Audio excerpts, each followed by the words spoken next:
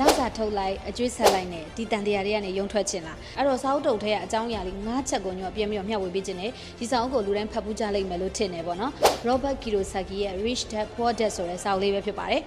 အဲ့တော့အဲ့ထက်မှညိုအရန်ကြိုက်တဲ့အချက်၅ချက်ကိုထုတ်နှုတ်ထားတယ်ပေါ့နော်ပထမတစ်ချက်ကဘာလဲဆိုတော့ငွေအတွက်အလုံးမလုံးနဲ့တဲ့အဲ့တော့ညိုတို့တွေအများစုကကိုပိုင်အလုပ်တွေရှိကြတယ်ဝင်ငွေလည်းရှိတာအဲ့ဒီရတဲ့ဝင်ငွေကလစာထုတ်ရင်သုံးပြလိုက်တယ်ကုန်သွားတယ်နောက်ထပ်အသုံးစရိတ်အတွက်ပြန်ပြီးတော့မှပဲအလုပ်လုပ်ရတယ်ဒီလိုမျိုးလစာထုတ်လေအကျွေးဆက်လိုက်နဲ့ကုန်သွားတဲ့ဝန်ထမ်းအလုပ်မျိုးကိုပဲလုပ်နေအောင်မယ်ဆိုလို့ရှိရင်တော့ဘယ်တော့မှချမ်းသာတဲ့ဘဝမျိုးရမှာမဟုတ်ဘူးပေါ့နော်အခုခေတ်မှာဆိုလို့ရှိရင်ကိုယ်ပိုင်လုပ်ငန်းလုပ်ဖို့ဆိုတာလေအရန်ကိုလွယ်နေပြီဖုန်းတစ်လုံးရှိမယ်ဆိုရှယ်မီဒီယာတွေသုံးမယ်ဆိုလို့ရှိရင်လည်းအဲ့ဒီကနေပြီးတော့မှကိုယ်ပိုင်လုပ်ငန်းတွေလုပ်လို့ရနေပါပြီနောက်ဒုတိယတစ်ချက်အနေနဲ့ကကြတော့အရန်ကိုအရေးကြီးတယ်ငွေကြေးအသိပညာသင်ဖို့လိုတယ်ညိုကိုယ်တိုင်လည်းဒီစာအုပ်ထဲမှာအရန်ကြိုက်တဲ့ asset နဲ့ liability ကိုကောင်းကောင်းနားလည်တဲ့အခါမှာညိုဝယ်ယူလိုက်တဲ့ပစ္စည်းမှန်သမျှရင်းနှီးမြှုပ်နှံလိုက်တဲ့အရာမှန်သမျှကို asset တစ်ခုအနေနဲ့ကိုယ့်အိတ်ထဲကိုငွေထည့်ပေးအောင်ဘယ်လိုလုပ်ရမလဲဆိုတာလေးကိုညိုအသုံးချတတ်ခဲ့ရပေါ့နော်ဥပမာအနေနဲ့ညိုတို့ဖုန်းတစ်လုံးဝယ်လိုက်တယ်ဒါပေမဲ့အဲ့ဒီဖုန်းကိုဘေးထည့်ပြီးတော့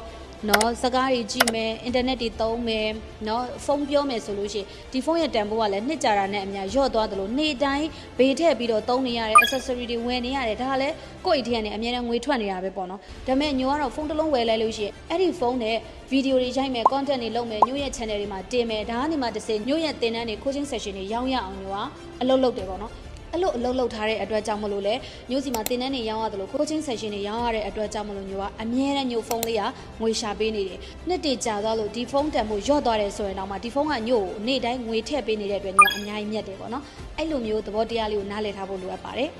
နောက်နံပါတ်3တစ်ချက်အနေနဲ့ကတော့ကိုပိုင်စီးပွားရေးကိုစတင်ဖို့ပဲအာရုံစိုက်ပါအဲ့တော့သူများစီမှာအလုပ်လုပ်နေတဲ့၍သူများပေးတဲ့ဝင်ငွေနဲ့သူများကန့်သက်ထားတဲ့အချိန်အတွင်းမှာပဲအလုပ်လုပ်နေရပါလိမ့်မယ်ကိုပိုင်စီးပွားရေးလုပ်ငန်းတွေမှာဒါလေးကိုစိတ်ကြက်ဝင်ငွေဖန်တီးလို့ရတယ်လို့ကိုစိတ်ကြက်အချိန်ကိုလည်းဖန်တီးလို့ရတယ်အခုဆိုလို့ရှိရင်ညိုကိုယ်တိုင်လည်းဒါကိုပိုင်လုပ်ငန်းတစ်ခုအနေနဲ့ဒီ social media တွေကိုအသုံးချပြီးတော့မှလုပ်နေတာဖြစ်တဲ့အတွက်ကြောင့်မလို့ဘယ်သွားဘယ်ရောက်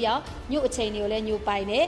နေရာတိုင်းမှာလည်းအလုပ်ဖြစ်နေတယ်လို့ဝင်ငွေလည်းအကန့်အသတ်ပဲဖန်တီးနိုင်တယ်ပေါ့နော်ဒါကြောင့်မလို့ဒီစာအုပ်ထဲမှာပြောထားတာဆိုလို့ရှိရင်လည်းသူများလုပ်ငန်းတဲ့ကိုပိုင်စီးပွားရေးလုပ်ငန်းလုပ်ဖို့သာဥတီပါလို့ပြောထားတယ်ပေါ့နော်နောက်နံပါတ်၄တစ်ချက်အနေနဲ့ကတော့ work to learn not just to earn လို့ပြောထားတယ်အဲ့တော့အလုပ်လုပ်တဲ့ခါကြာလို့ရှိရင်ငွေရဖို့ဆိုတဲ့အရာကိုဥတီတာတဲ့